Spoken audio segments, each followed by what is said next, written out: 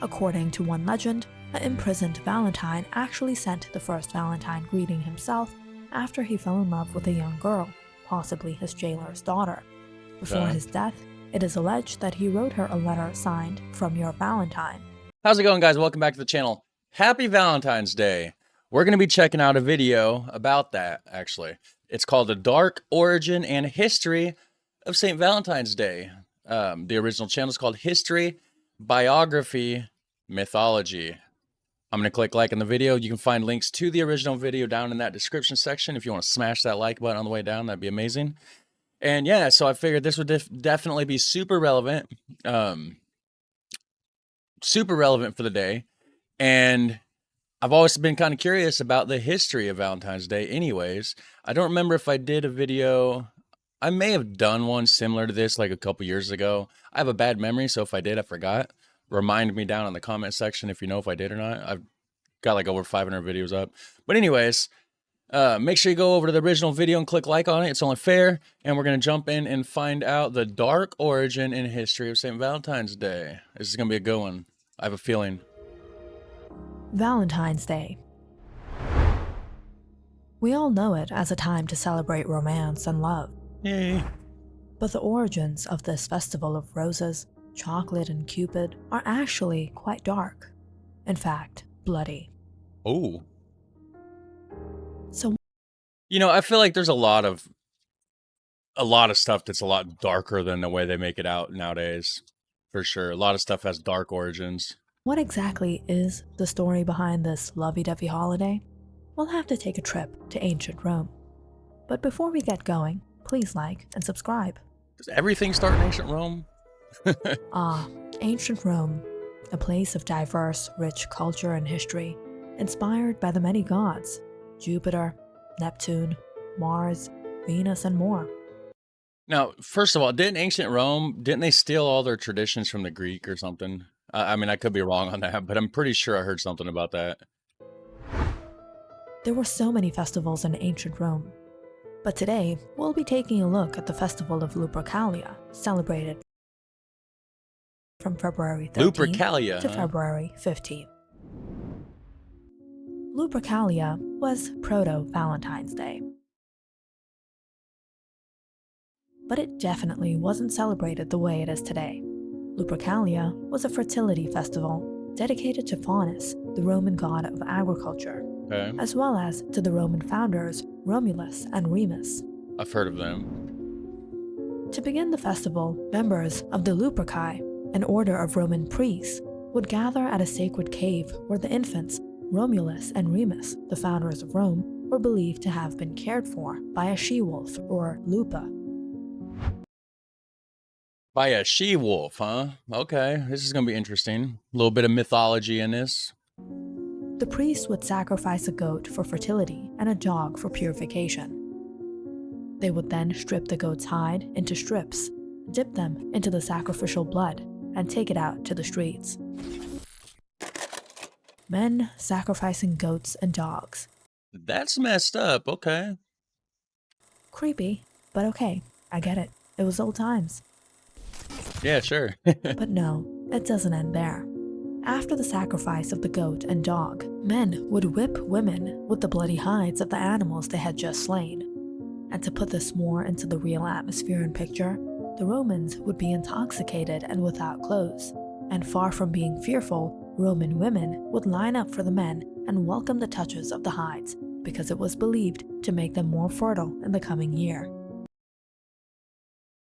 They were just like, yeah, sure, bring it on. Dark times, guys, dark time. People were messed up back then. They just didn't understand life, I guess. And this spine-chilling festival actually included a matchmaking lottery, in which all the young women in the city would place their names in a big urn. The city's bachelors would each choose a name and become paired for the year with his chosen woman. These matches often ended in marriage. The ancient Romans may also be responsible for the name of our modern-day love. Emperor Claudius II executed 2 men, both named Valentine on February 14th of different years in the 3rd century. Really? Their martyrdom was honored by the Catholic Church with the celebration of St. Valentine's Day. Hold on. What? Yeah, the Catholic Church, man. Back in the day, maybe even still nowadays, that's a whole nother discussion. But back in the day, they did some messed up stuff. We'll be right back, huh? Where are we going? How did we Oh, just go from pagan Rome to Christianity? Well, after Christianity spread to Rome and other lands, and Emperor Constantine converted to Christianity, he and the church adopted existing pagan rituals and customs into Christianity in order to convert more pagans. For oh. example, Christmas was originally a celebration known as Saturnalia. But Valentine's Day wasn't something that was galvanized into Christianity during the time of Constantine. It all happened in the 5th century. So let's fast forward to where it all started. The execution. Oh. Can't have an old history lesson about a holiday without executions, right? The Catholic Church recognizes at least 3 different saints named Valentine, all of whom were martyred. One legend contends that Valentine was a priest who served during the 3rd century in Rome. 3 different ones, huh? That's very When interesting. Emperor Claudius II decided that single men made better soldiers than those with wives and families, he outlawed marriage for young men. Valentine realized the injustice of the decree, defied Claudius, and continued to perform marriages for young lovers in secret. He was a rebel. When Valentine's actions were discovered, Claudius ordered that he be put to death. Still, others insist that it was Saint Valentine of Terni, a bishop, who was the true namesake of the holiday. He too was beheaded by Claudius II outside of Rome. Other stories suggest that Claudius may have been killed for attempting to help Christians escape harsh Roman prisons, where they were often persecuted. According to one legend, an imprisoned Valentine actually sent the first Valentine greeting himself after he fell in love with a young girl, possibly his jailer's daughter. Before Okay. his death, it is alleged that he wrote her a letter signed "From Your Valentine," an expression that is still used today. Now coming to the time of Pope Gelasius I, he muddled things in the 5th century by combining St. Valentine's Day with Lupercalia to Christianize the pagan holiday and bring in more converts. But the festival now was more of a theatrical interpretation of what it once had been. But at least So there's less slaughtering of goats and dogs and whipping of people then, I would assume. Hopefully, by this point, right? they put their clothes back on. Okay, yeah. Around the same time, the Normans celebrated Galatine's Day. Gallatin meant lover of women. That was likely confused with St. Valentine's Day at some point, in part because they sound alike. So it's a mashup. Okay. As the years went on, the holiday grew sweeter. Chaucer and Shakespeare romanticized it in their work, and it gained popularity throughout Britain and the rest of Europe. During the Middle Ages, it was commonly believed in France and England that February the 14th was the beginning of birds' mating season, which added to the idea that the middle of Valentine's Day should be a day for romance. Okay. I wonder if there's any birds mating outside. English poet Geoffrey Chaucer was the first to record St. Valentine's Day as a day of romantic celebration in his 1375 poem, Parliament a Fool. Writing for this was on St. Valentine's Day, when every fool cometh there to choose his mate. Hold on, I want to read the rest of it. For this was on St. Valentine's Day, when every fool cometh there to choose his mate. Of every kind that men think may, and that's so huge a noise gone they make, that earth and air and tray and every lake, so foul, so full was that unneth was their space. For me to stand so full was at the place. Old English is hard to read. Some of those words are definitely not what we use today, so apologies for that. Valentine's Day, when every fool cometh there to choose his mate. Probably why she stopped reading it. Valentine's greetings were popular as far back as the Middle Ages, though written valentines didn't begin to appear until after 1400. The oldest known valentines still in existence today was a poem written in 1445 and 1415 by Charles, Duke of Orleans, to his wife while he was imprisoned in the Tower of London. How can it be 2 different years, 1414 and 1415? following his capture at the Battle of Agincourt. The greeting is now part of the manuscript collection of the British Library in London, England. Okay.